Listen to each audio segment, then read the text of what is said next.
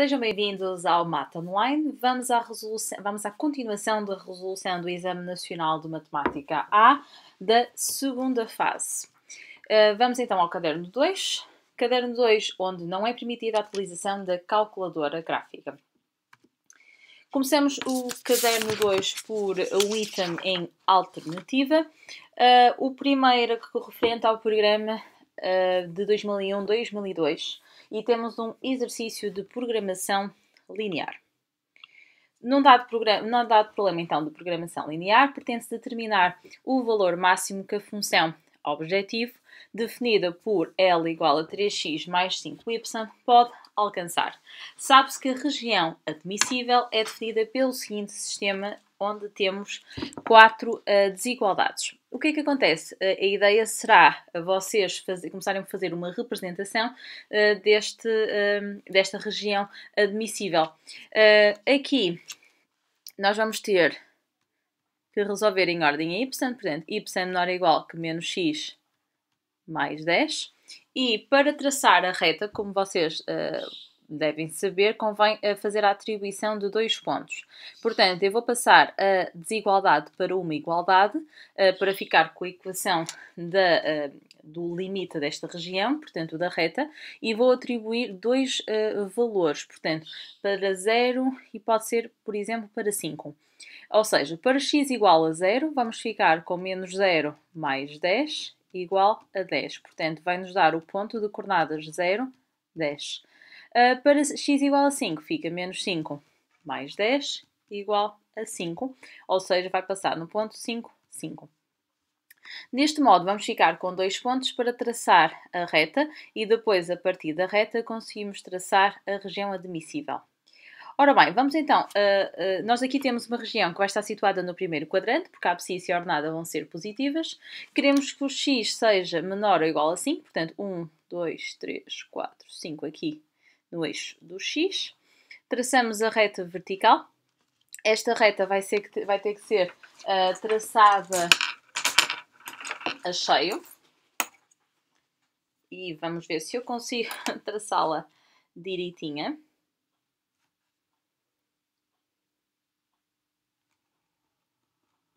Nada mal, x igual a 5, e depois temos que marcar o ponto 0, 10. Ele não vai ficar muito à escala, mas vamos lá ver, portanto, 1, 2, 3, 4, 5, 6, 7. Portanto, está aqui o ponto 0, 10, portanto, aqui no y. E depois o ponto 5, 5. Portanto, aqui alguns 1, 2, 3, 4, 5. Vamos então ter o ponto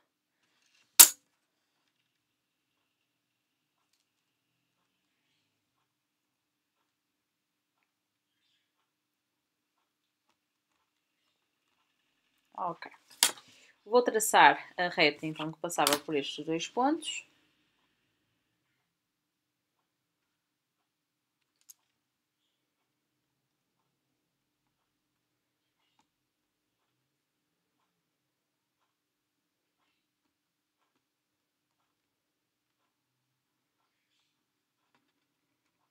Eu comecei por traçar a traçado porque estava com receio que ela não ficasse muito direitinha.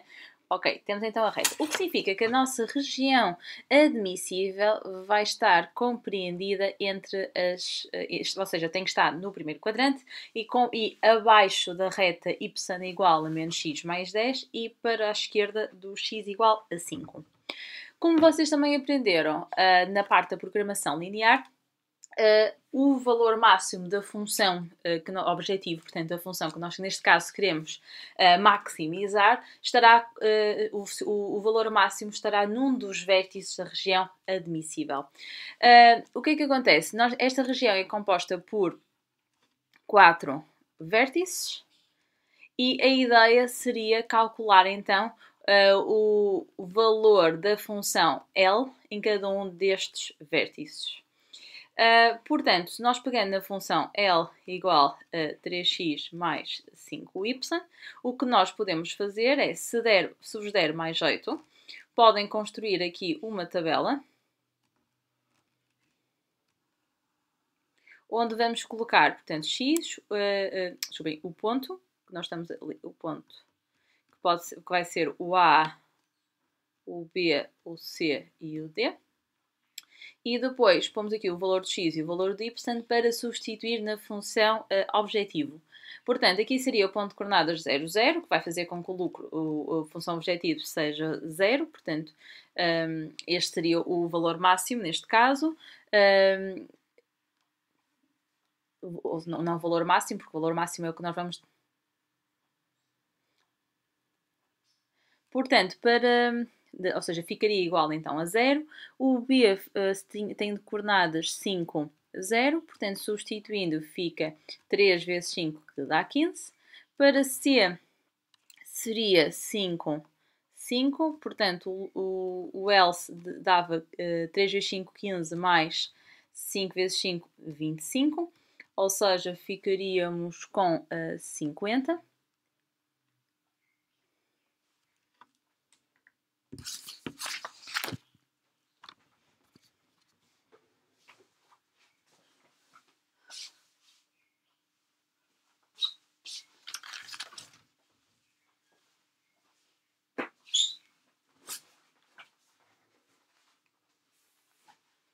Ou seja, ficaríamos com 40. Depois, no D, tínhamos o ponto de coordenadas 0, 10. Então, o L seria igual a 50. O que é que acontece? Chegamos a que o valor máximo desta função seria definido para o ponto de coordenadas 0, 10, onde o L se dava igual a 50. Portanto, a opção correta seria a B.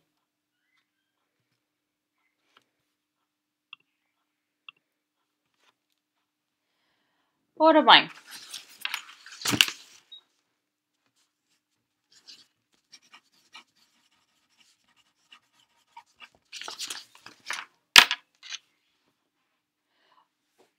vamos então à alternativa 2 deste item, agora que será para os alunos que seguiram o Programa e Metas Curriculares 2015.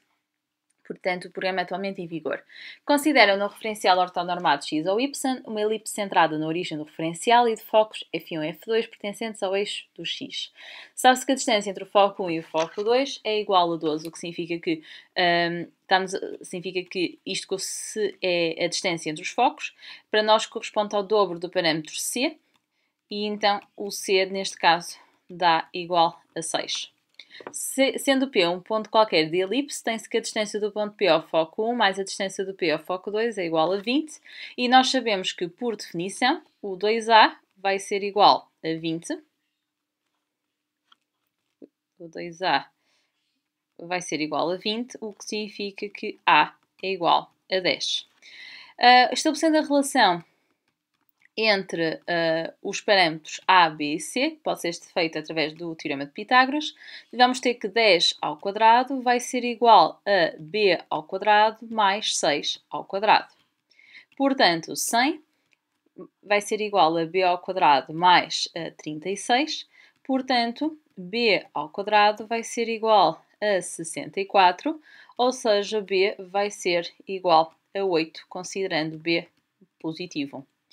Logo, ao escrevermos a equação reduzida de elipse, que é dada por x ao quadrado sobre a ao quadrado, mais y ao quadrado sobre b ao quadrado igual a 1, vamos ficar com x ao quadrado sobre a ao quadrado, portanto 10 ao quadrado, mais y ao quadrado sobre 8 ao quadrado igual a 1. Ou seja, x ao quadrado sobre 100 mais y ao quadrado sobre 64 igual a 1. Portanto, a opção correta seria também a opção B. Já agora, uma coisa que eu não referi no início da resolução. Eles dizem que os focos estão situados no eixo do X, o que significa que a elipse, visualmente, estará mais alongada para o eixo do X. E, portanto, o que eu designo logo por A corresponde a metade do eixo maior. Este será o nosso B, sendo que vocês aprenderam também que a distância deste ponto até a um dos focos também seria A, em que a distância da origem ao foco é designada por C. Caso tenham dúvidas nestes elementos que eu fui referindo ao longo da resolução, aconselho a visualização do vídeo sobre esta questão, sobre a elipse, que também podem encontrar na página do Mate Online, do YouTube ou no Facebook.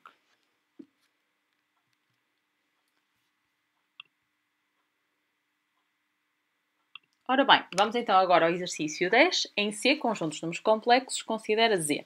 O que significa que Z é nos dado neste formato, logo vamos ter que o simplificar. E pede-me para nós escrevermos este número complexo na forma trigonométrica. Ora, vamos lá. Vou então partir aqui deste Z. Vou começar por aplicar aqui o caso notável, portanto 2 ao quadrado mais 2 vezes 2 vezes menos I mais menos I ao quadrado mais 1 mais I a dividir por... E vamos lá ver se eu ponho isto mais ou menos direitinho. Por o menos 2i mais 3 vezes, e agora vou ter que, em cálculo auxiliar, dividir o expoente por 4, que vai dar 3 vezes 4, 12, para 15 vão 3. Aproveito o resto e dizemos que i levantado a 15 é a mesma coisa que i ao cubo, que por sua vez é igual a menos i. Portanto, substituímos aqui por menos i. Continuamos aqui em baixo, fica igual a 4 menos 4i. Depois fica menos, estava i ao quadrado, porque qualquer número levantado ao quadrado, e ali estou a falar em relação ao sinal negativo, iria dar, portanto, menos 1 ao quadrado iria dar positivo, vezes i ao quadrado, que vai dar menos 1. Mais 1, mais i, a dividir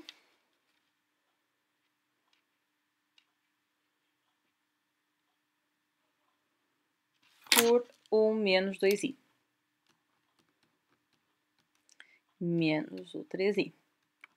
Ora bem, vamos então simplificar aqui um bocadinho. Este menos 1 vai cortar com este, menos 1 corta com mais 1, e vai-nos sobrar 4 menos 3i, a dividir por 1 menos 2i, menos 3i. Temos que fazer esta divisão, vamos ter que fazer a multiplicação pelo conjugado, que será 1 mais 2i, e aqui ficaria a aplicação de fica 1 menos 2i, que também vai multiplicar por 1 mais 2i. Portanto, em baixo vamos aplicar o caso notável, em cima a propriedade distributiva. Ora, muito bem, portanto, fica 4 mais 8i menos 3i menos 6i ao quadrado, aplicando a propriedade distributiva, e aqui aplicando o caso notável fica 1 mais 4.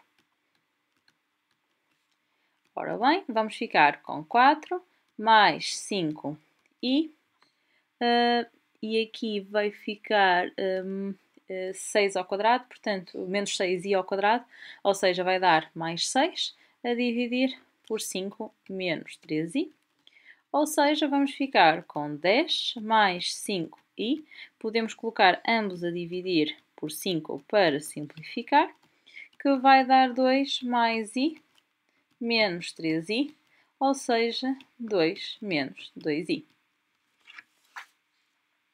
Como o nosso objetivo é fazer um cálculo para colocar na forma trigonométrica, eu vou já passar o z também para a forma trigonométrica. Portanto, preciso do módulo de z, que é 2 ao quadrado mais menos 2 ao quadrado. Portanto, 2 ao quadrado dá 4, mais 4 dá raiz quadrada de 8, ou então 2 raiz quadrada de 2. Vamos à parte do argumento, portanto, a tangente da θ fica menos 2 a dividir por 2, que é igual a menos 1, e pegamos no afixo associado a este número complexo, que vai pertencer ao quarto quadrante. Por esta razão, considerando estas duas informações, o argumento de z vai então ser da forma menos π sobre 4. Portanto, a procura do ângulo cuja tangente seja menos 1 e que pertença ao quarto quadrante. Logo o Z na forma trigonométrica é da forma 2 raiz quadrada de 2 é de menos I π sobre 4. Vamos então à parte final da resolução deste exercício. Vamos então pegar nas informações, naquilo que eles querem que nós vamos passar para a forma trigonométrica. Menos 1/2 é um número real que está situado na parte negativa, portanto pode ser escrito da forma 1/2 é de I π, vezes o conjugado de Z. O conjugado de Z é uma simetria em relação ao eixo real, portanto há uma alteração do sinal da parte imaginária, o que nos vai levar a escrever da forma é de I π sobre 4 em vez de menos I π sobre 4. Multiplicamos os módulos, portanto, ao multiplicarmos os módulos vai dar 2 raiz de 2 sobre 2 e somamos os argumentos, portanto, π mais π sobre 4. Que significa que vai ficar raiz quadrada de 2 é de I, π mais π sobre 4, que dá 5 π sobre 4. Se quisermos escrever na forma que o argumento seja o argumento principal, então significa que na divisão da circunferência em 4 partes, ou seja, 4 partes, divisão em parte de cima e na parte de baixo, portanto, teríamos de fazer a rotação na circunferência no sentido oposto, que é equivalente a subtrair 2π a este argumento. Então, fazendo a rotação em sentido ao contrário, significa que 5π sobre 4 é equivalente a 3π sobre 4, e assim este já seria o argumento principal.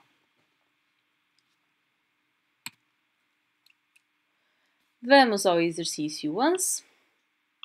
Considera no referencial ortonormado x ou y a circunferência centrada na origem do referencial, portanto centro em 0, 0, e que passa no ponto A de coordenadas 2, 1. O que significa que podemos dizer que o raio desta circunferência vai ser a distância do ponto O ao ponto A, que vai ser igual a 2 menos 0 ao quadrado, 1 menos 0 ao quadrado, ou seja, vai dar a raiz quadrada de 5. Seja R a reta tangente à circunferência no ponto A. Ok, então, centro, equação da reta tangente no ponto A. Ora bem, isto significa que a reta tangente, como faz um ângulo de 90 graus com o raio, vai ter de declive, portanto esta é a reta R.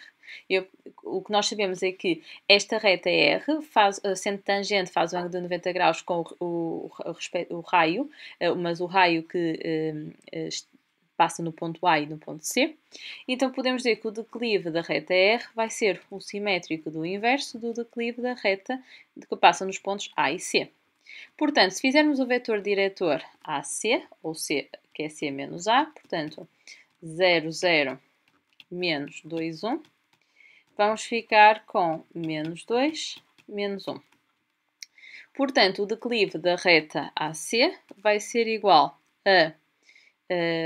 ao valor do y do vetor a dividir pelo valor do x. Portanto, vai ficar igual a 1/2.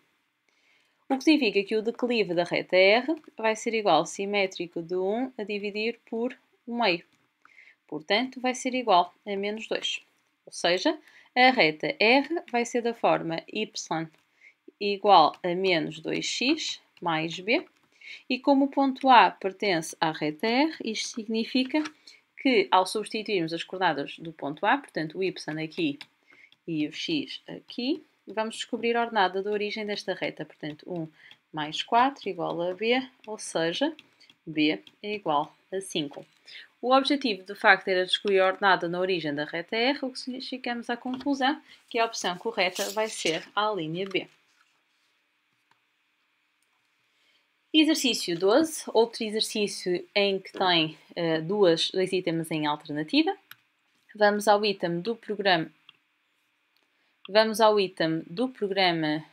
correspondente ao 2001-2002. Considera no referencial os planos alfa, beta e gama definidos pelas equações y igual a menos x, y igual a z e 2x mais 3y menos z menos 1 igual a 0, respectivamente. A interseção dos planos alfa, beta e gama é um ponto, uma reta, um plano, um conjunto vazio. Ora bem, para fazer a interseção dos planos, eu vou optar por fazer a resolução de um sistema que contenha os 3 planos. Ora bem, então, eu posso dizer que o x pode ser substituído por menos y, que o z pode ser substituído por y na equação de baixo, ou seja, vai ficar menos 2y mais 3y menos y menos 1 igual a 0. Portanto, vamos ficar com, se fizermos aqui o cálculo, menos 2y mais 3y dá y menos y vai dar 0, portanto vai ficar menos 1 igual a 0. O que chegamos a uma equação que é impossível, o que significa que os 3 planos não se intersetam. Os 3 não se intersetam. Isso não significa que eles não se intersetem 2 a 2, mas a interseção dos 3 é impossível, portanto significa que a interseção dá um conjunto vazio. Vamos a 12.2, portanto, dentro da mesma questão, o item relativo ao programa atualmente em vigor. Qual é o valor do limite da sucessão de termo geral? Portanto, limite de n mais 5 a dividir por n mais 1, levantado a n sobre 2. Ora bem, eu optaria por, em cálculo auxiliar, fazer a divisão do n mais 5 pelo n mais 1. Aqui multiplicamos por 1, porque 1 vezes n dá n, ao passar para este lado fica menos n, e assim isto vai simplificar. 1 vezes 1 dá 1, passa para este lado fica menos 1, e isto vai ficar igual a 4. O resultado disto escrevemos na forma do quociente mais resto sobre divisor, o que significa que aqui teríamos o limite de 1 mais 4 sobre n mais 1, e este n sobre 2 pode ser escrito na forma de n elevado a 1 meio. Este meio pode passar para fora do limite, e então vamos ficar apenas com o limite de 1 mais 4 a dividir por n mais 1, levantado a n levantado a 1 meio. Uma vez que, para aplicar o limite notável associado a este cálculo, que também está presente no vosso formulário de exame, o que é que nós podemos fazer? Ou seja, temos que ter uma igualdade entre o denominador e o expoente. O que significa que eu posso, ao n no expoente, acrescentar o mais 1 e depois compenso retirando 1. E, além disso, vou separar o que tenho em 2 limites. Portanto, fica o limite de 1 mais 4 dividir por n mais 1 elevado a n mais 1, que já está no formato do limite notável. E depois vai-nos sobrar o limite de 1 mais 4 sobre n mais 1 elevado a menos 1. Isto tudo levantado ao meio. Então, o primeiro limite é o limite notável, que vai ser e levantado a 4. O segundo limite é calculado diretamente, portanto fica 1 mais 4 a dividir por mais infinito. E por fim estará tudo levantado ao meio. Ora bem, vai ficar e levantado a 4 vezes 1 levantado a menos 1, levantado a 1 meio, ou seja, vai ficar 1 levantado a menos 1 é o inverso de 1, que é 1, vai sobrar e levantado a 4 elevado a 1 meio, que dá e ao quadrado. Portanto, a resposta correta seria então aqui a opção D. Avançamos para o exercício 13. Determina o conjunto dos números reais que são soluções na equação. Apresentou a resposta usando a notação de intervalos de números reais. Uma vez que esta inequação envolve logaritmos, podemos começar já por determinar o domínio de validade desta inequação. Temos que garantir que o que está dentro do logaritmo é sempre positivo. Portanto, dentro do logaritmo de base 2 de x mais 1, o x mais 1 tem que ser maior que 0. Dentro do logaritmo base 2 de 8 menos x, o 8 menos x também tem que ser maior do que 0. Portanto, isto aqui temos que x tem que ser maior do que menos 1 e aqui que menos x tem que ser maior do que menos 8, o que é equivalente a dizer que x tem que ser menor do que 8, respeitando a monotonia da desigualdade. Ou seja, nós queremos os números que têm que ser superiores a menos 1 e, em simultâneo, inferiores a 8, portanto, o domínio é de menos 1 a 8. Vamos então resolver esta inequação. Vou resolvê-la aqui à parte. Logaritmo da base 2 de x mais 1 menor ou igual que 3 menos o logaritmo da base 2 de 8 menos x. Vou passar o logaritmo que está no segundo membro para o primeiro membro. Fica aqui mais logaritmo da base 2 de 8 menos x menor ou igual que 3. Como temos a soma de dois logaritmos, podemos passar isto para o produto.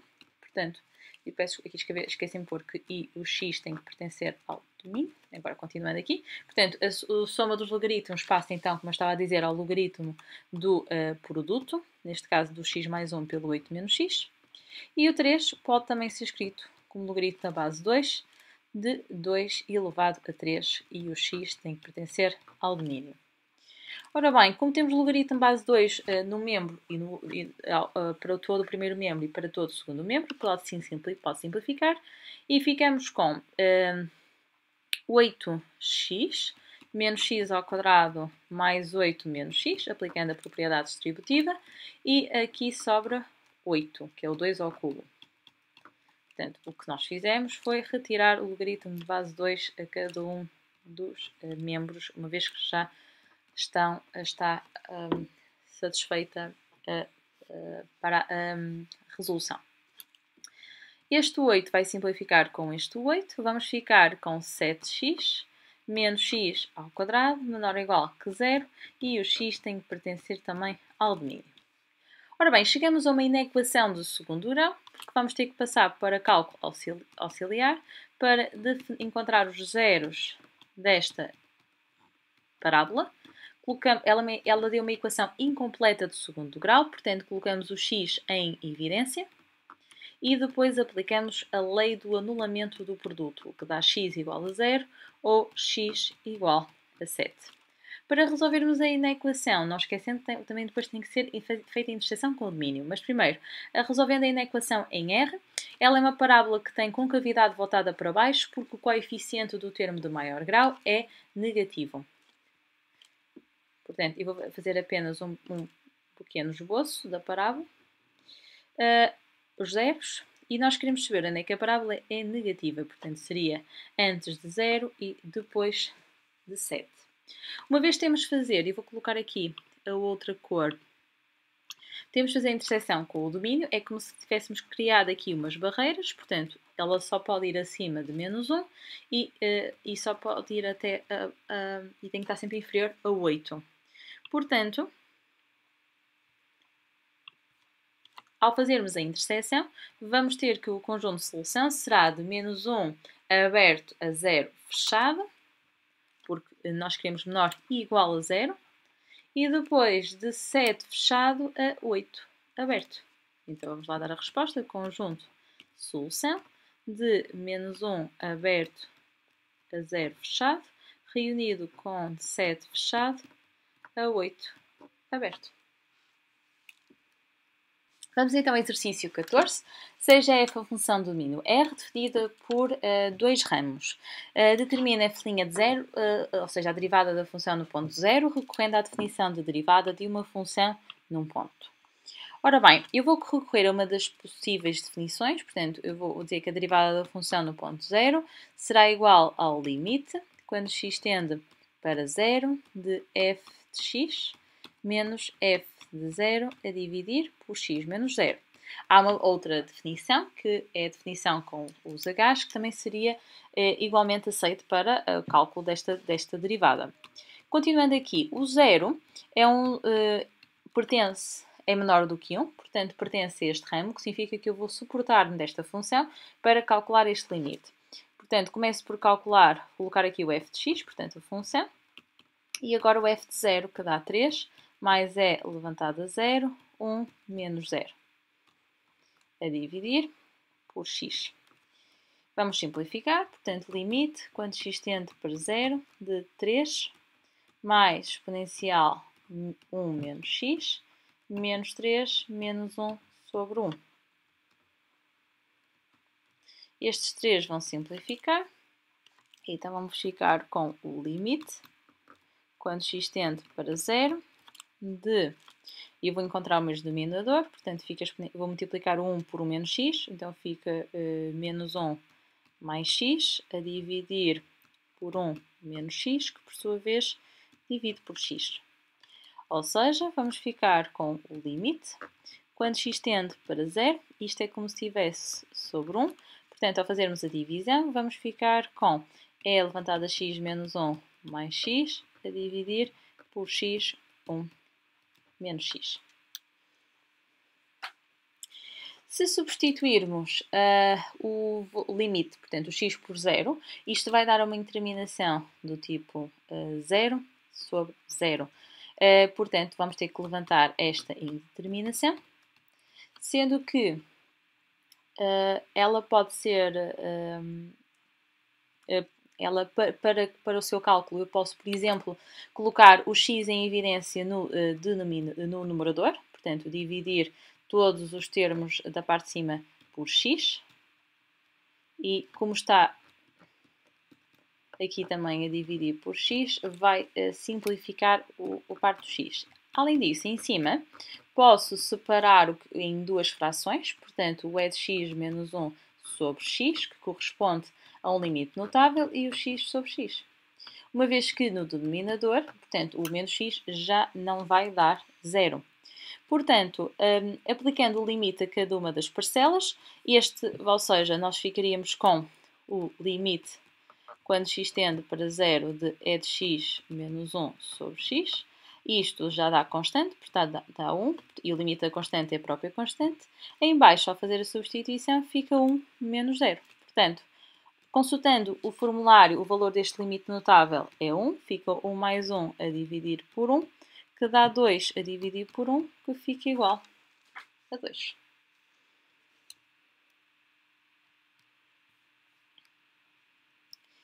Ora bem, estuda a função f quanto à existência de assíntotas horizontais ao seu gráfico. Eu vou ter que colocar aqui a função, para não ter que voltar atrás. O domínio desta função é R, portanto vai de menos infinito a mais infinito. Se estamos a considerar o estudo das assíntotas horizontais, significa que estamos a supor que o declive é 0. Portanto, no fundo, só temos que calcular as ordenadas na origem. Portanto, começamos então com o limite quando x tende, por exemplo, para menos infinito, e vou pegar então no que está no ramo de cima.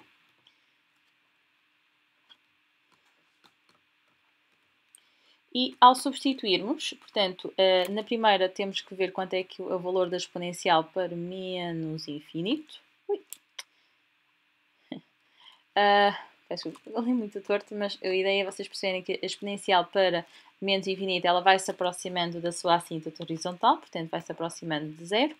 E então significa que vamos ficar com 3 mais 0 a dividir por mais infinito, que significa que dá 3 mais 0, que é igual a 3. Portanto, como é um número real, significa que temos uma assíntota horizontal de equação y igual a 3. Para mais infinito, temos, portanto, o ln de x ao quadrado mais 2 sobre x, portanto temos que ir buscar a função do ramo de baixo. Isto pode ser separado em dois limites, portanto fica o limite de ln de x ao quadrado sobre x mais 2 sobre x,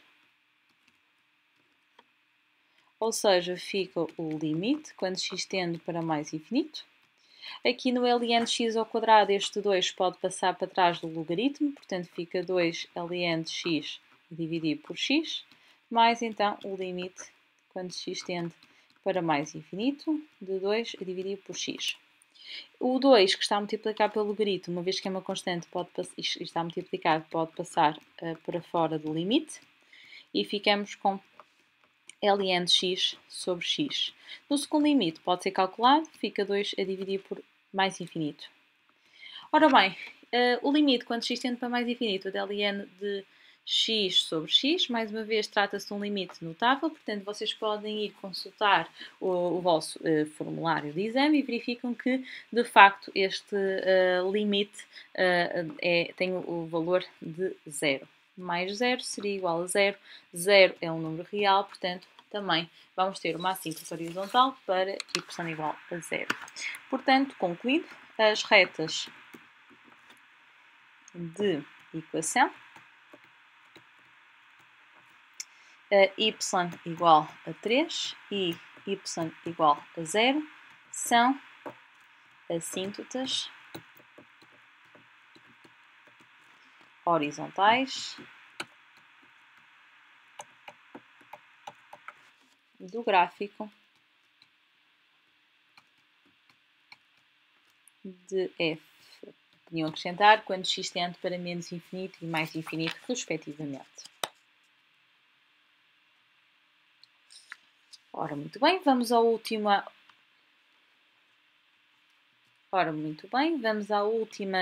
linha deste exercício 14. Seja h a função do domínio R, definida por h de x igual a x mais 1. Qual é o valor da função composta de f pela inversa de h em 2? Ora, vamos lá ver. F composta com h de menos 1 em 2. Pode-se começar por escrever que isto é f de h de menos 1 em 2. Ora bem, começando pela função inversa, vou aqui pensar no cálculo auxiliar. Então, se na função inversa da função h o 2 vai estar ligado aqui a algum número, é porque na função h, esse número estará ligado a 2. Então, no fundo, eu posso calcular o valor da função inversa em 2, vendo quando é que h de x é igual a 2. Portanto, quando é que x mais 1 é igual a 2, quando é que x é igual a 1. Então, se h de 1 é igual a 2, é porque na função inversa 2 vai ser igual a 1. Ou seja, vamos ficar com f do valor da função inversa de h em 2, portanto de 1. E depois tínhamos que consultar o enunciado do exercício 14, portanto vamos à função f. E ainda a função f, nós temos que ver, substituir o x por 1 no ramo onde o 1 pertence, que neste caso seria o ramo de baixo. Ou seja, vai ficar ln de 1 ao quadrado mais 2 a dividir por 1. Ou seja, ln de 1 mais 2, que é 0 mais 2, que dá 2. Portanto, a opção correta seria a opção C.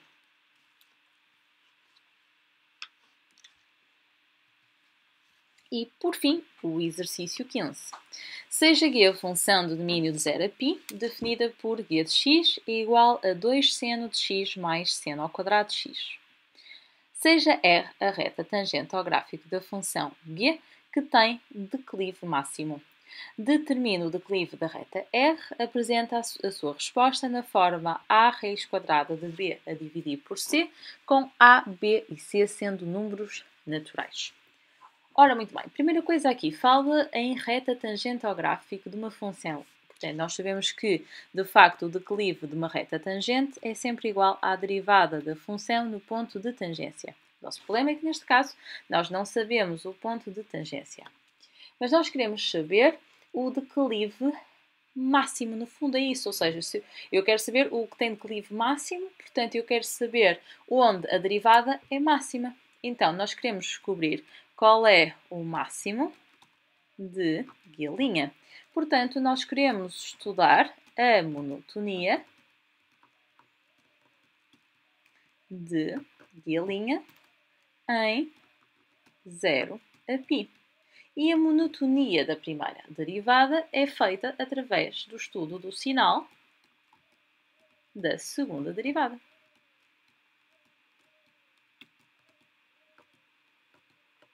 Ora bem, então, vamos lá. Temos a função g de x, que é igual a 2 seno de x mais seno ao quadrado de x. Vamos à primeira derivada. G' de x vai ser derivar o 2 seno de x, portanto fica 2' vezes seno de x, mais 2 vezes a derivada de seno de x, e temos que derivar a potência de seno de x, ou seja, fica a regra de derivação da potência, que é 2 seno de x, baixamos o grau, portanto era grau 2, passa a ser grau 1, e derivamos o seno. Não se esqueçam que as regras de derivação estão todas no formulário. Portanto, vai dar 0 mais 2 vezes o cosseno de x mais 2 vezes seno de x vezes o cosseno de x.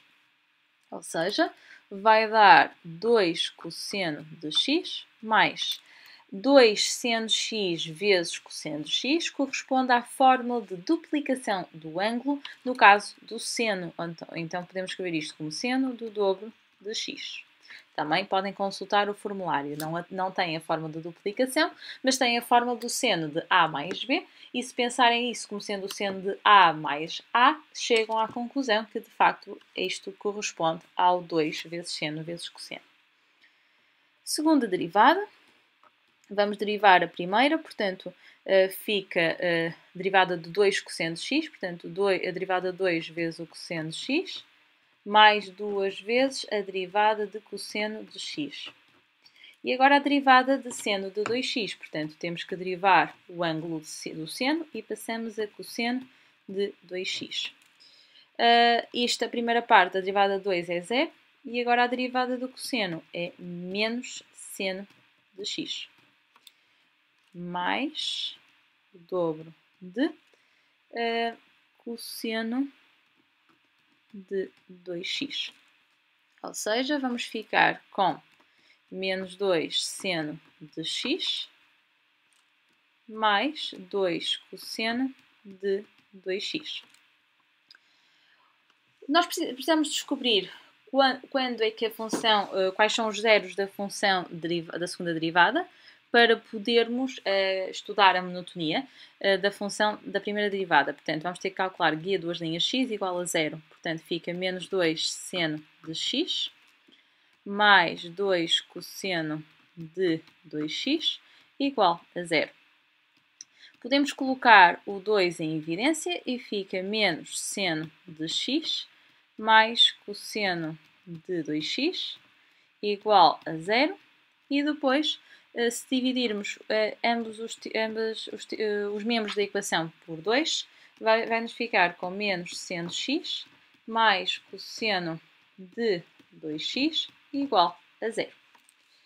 O cosseno de 2x também temos uma forma de duplicação do ângulo para cosseno, que é igual a cosseno ao quadrado de x menos seno ao quadrado de x. Mais uma vez, podem consultar o formulário, embora no formulário não tenha a fórmula de duplicação do ângulo para cosseno, mas sim cosseno de a mais b, peço desculpa, mas substituírem, por exemplo, o b por a, fica cosseno de 2a e chegam à conclusão que é cosseno ao quadrado de a menos seno ao quadrado de a.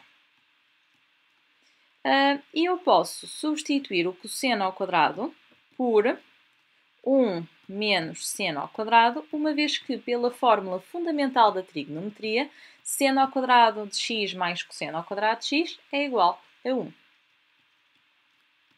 Ora, muito bem, vai-nos dar menos 2 seno ao quadrado de x menos seno de x mais 1.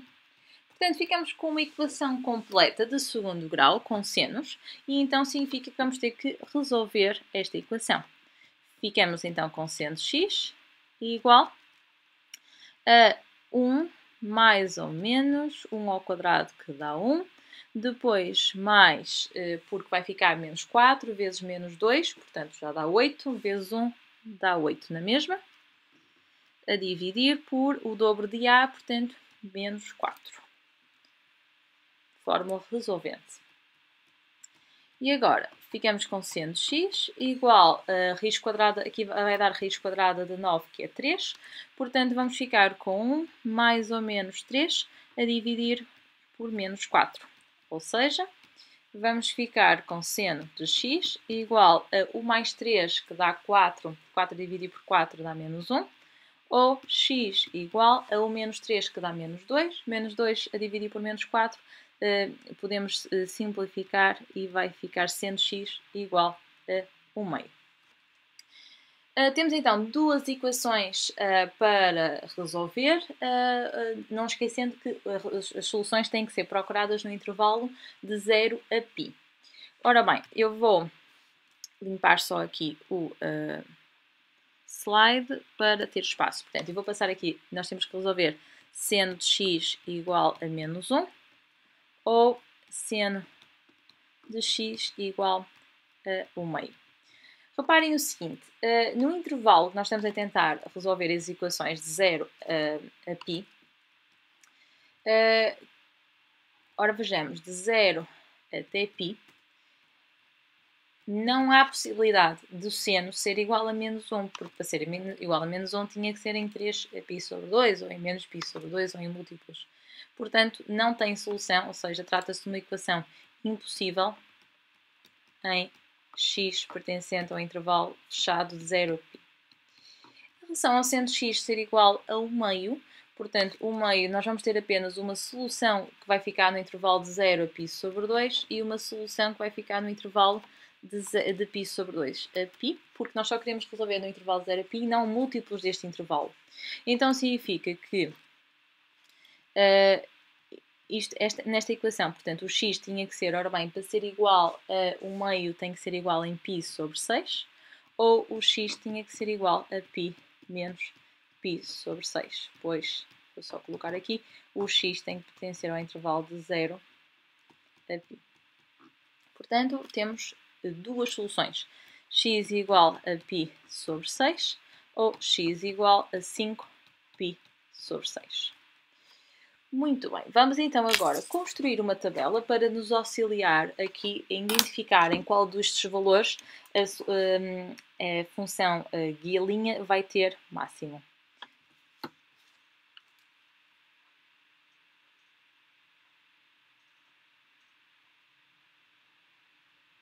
Vou então só construir a tabela.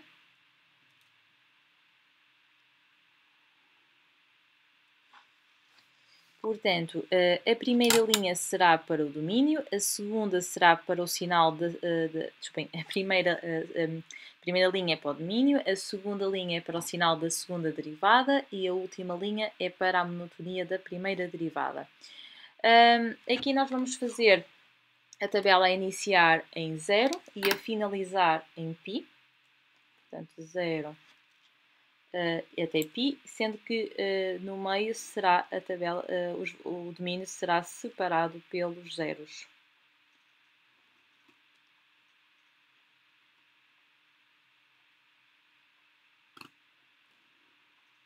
Portanto, vou já colocar aqui os valores do zero, π sobre 6, 5π sobre 6 e finaliza com em π.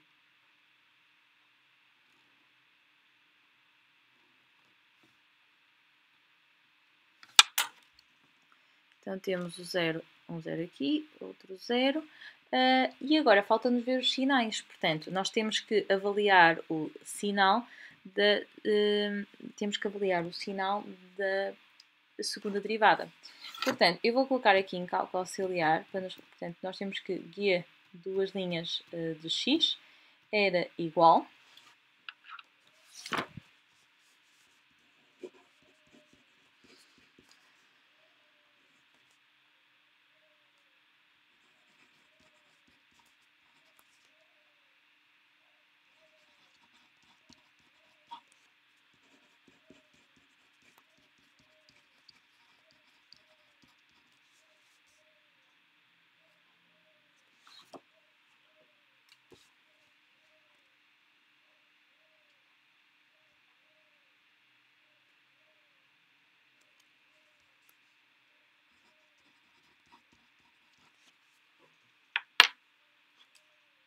era igual a menos 2 seno de x mais 2 cosseno de 2x. Portanto, para determinarmos os valores a colocar na tabela, eu vou substituir por g duas linhas de 0, que vai ficar menos 2 vezes o seno em 0, que dá 0, o cosseno em 0, que dá 1, portanto dá 2, o que significa que é positivo. Então aqui até π sobre 6 será positivo. De π sobre 6 a 5π sobre 6, posso substituir por π sobre 2, ou seja, menos 2 vezes o seno em π sobre 2, que é 1, e o cosseno em π sobre 2, que é 0, portanto fica menos 2, que é negativo. A partir de 5π sobre 6, podemos substituir por π, e então vai ficar o menos 2 vezes o seno em π, que é 0, e o 2 vezes o cosseno em 2π, que é 1, portanto fica igual a 2, que é positivo. Vamos então efetuar a monotonia, portanto nós temos que esta função, a função derivada cresce, vai decrescer e depois vai crescer, uma vez que quando a segunda derivada vai ser positiva, a monotonia da primeira derivada significa que ela é estritamente crescente, onde a segunda derivada é negativa, significa que a primeira derivada é estritamente decrescente. Portanto, vamos ter um mínimo, um máximo, um mínimo e vamos ter um máximo. O que significa que nós temos dois valores máximos possíveis dentro deste intervalo para que a função, ou seja, para que a reta tangente também tenha esse declive máximo. O que vamos ter que fazer? Determinar ambos e comparar qual deles é que é o máximo, digamos, o máximo absoluto no intervalo de 0 a π. Para isso, nós queremos fazer, não se esqueçam que, recapitulando, a primeira derivada dá-nos o declive. Onde a primeira derivada é máxima, significa que o declive também vai ser máximo.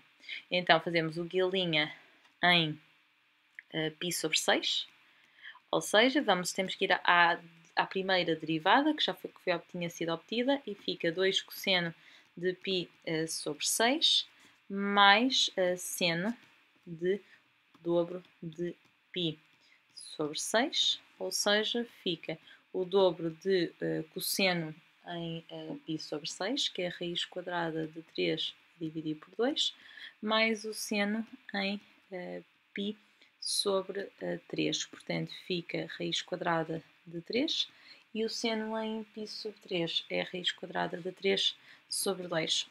Encontrando o mesmo denominador, isto multiplicando aqui por 2, vamos ficar com 3 raiz quadrada de 3 a dividir por 2. Portanto, isto é um dos máximos desta função derivada. Depois, o g' em π, que seria o outro máximo, ficaria 2 cosseno de π mais seno de 2π. Portanto, fica 2 vezes menos 1 mais 0, mas vai dar então um valor negativo, o que significa que está abaixo de 3 raiz quadrada de 3 a dividir por 2. Então, o declive da reta R vai ser igual ao g' em π sobre 6, que por sua vez vai ser igual a 3 raiz quadrada de 3 a dividir por 2. Está então concluída a resolução do caderno 2 e com isso concluído também a resolução do Exame Nacional de Matemática A da segunda fase. Espero que tenha sido útil, espero também que o exame vos tenha corrido da melhor maneira possível e para quem já for caso disso, votos de umas excelentes férias e de um bom descanso. Por favor, se gostaram deste vídeo e se querem ter acesso a mais vídeos deste género, subscrevam ou partilhem com outros colegas que poderá ser útil a subscrição deste canal. Até breve!